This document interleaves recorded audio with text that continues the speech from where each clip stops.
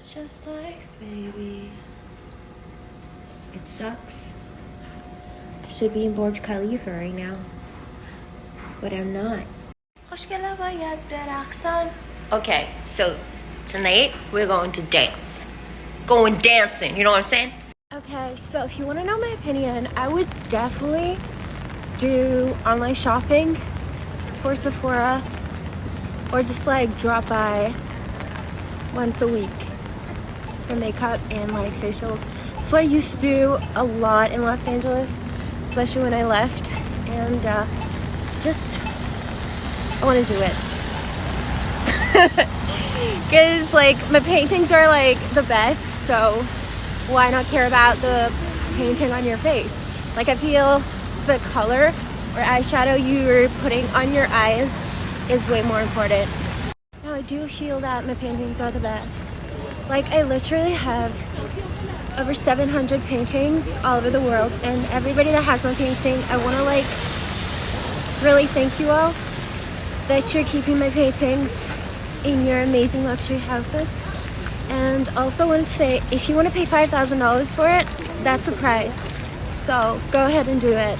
So this is like real stuff. People don't get it. Like sometimes I spend like 10 hours doing a painting, and then 3 days I can't even wake up, sleep, eat. Like basically when you're doing a crazy painting, you're putting your entire soul into it. It's not like you're just doing makeup on like eyes or lips. Paintings are really deep.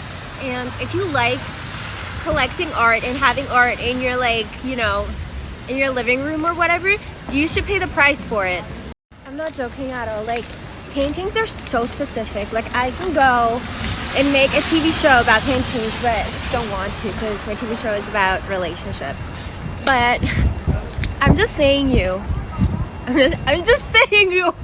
No, really. I am just saying you that when you do a painting and you spend like 40 hours on a painting, it's kind of like doing an architectural plan for people to like build a building. That's how crazy it is.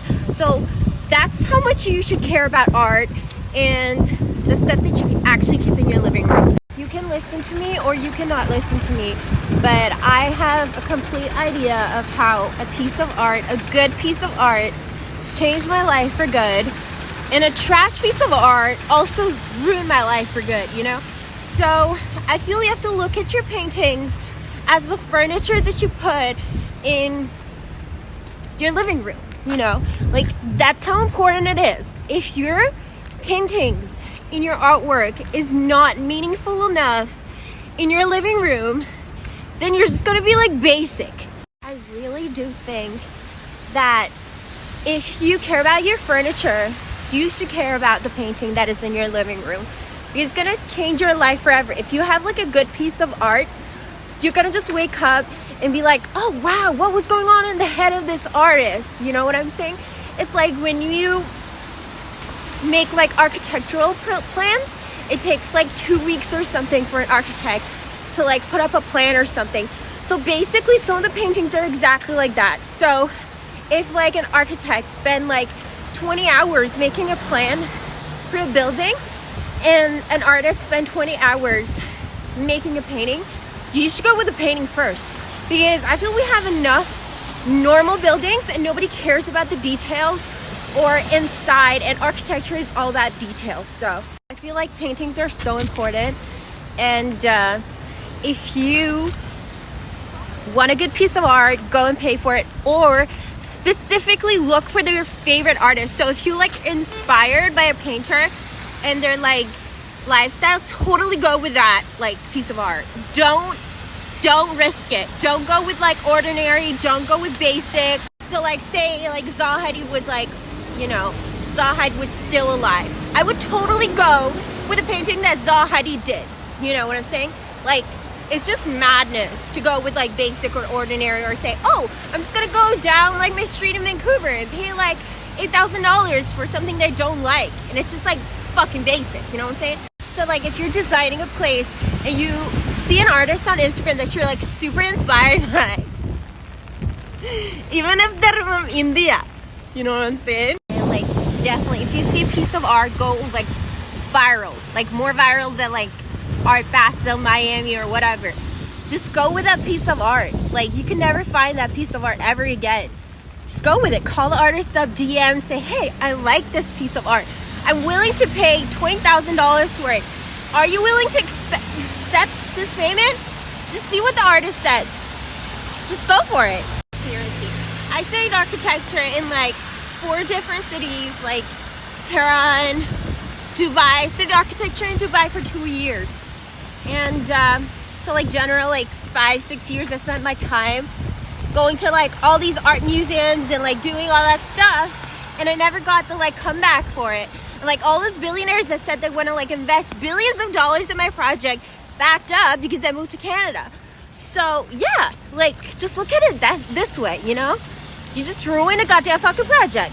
Seriously, I was studying like architecture in the best school, one of the best schools in the world in Dubai. And you know, a lot of my friends would come to my place for like private lessons or whatever.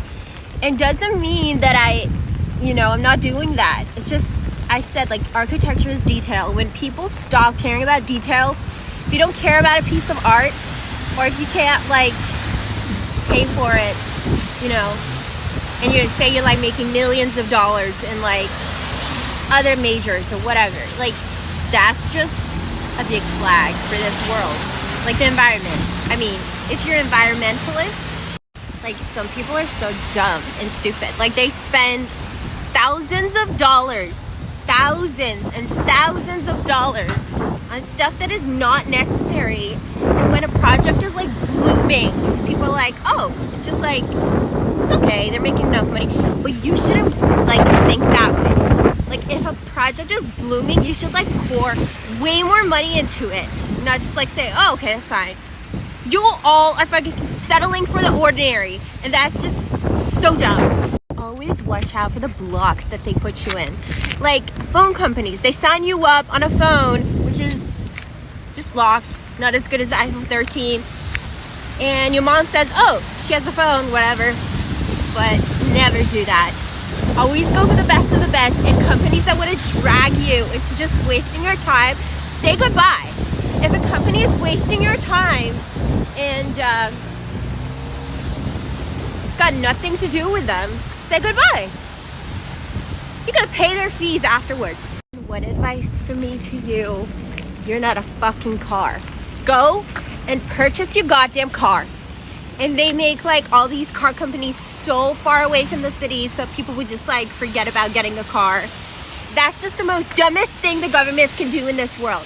Like, you're living in a country that is like minus 50 and you still don't have like proper cars. I would open up like car companies instead of like shampoo companies. You got enough of those.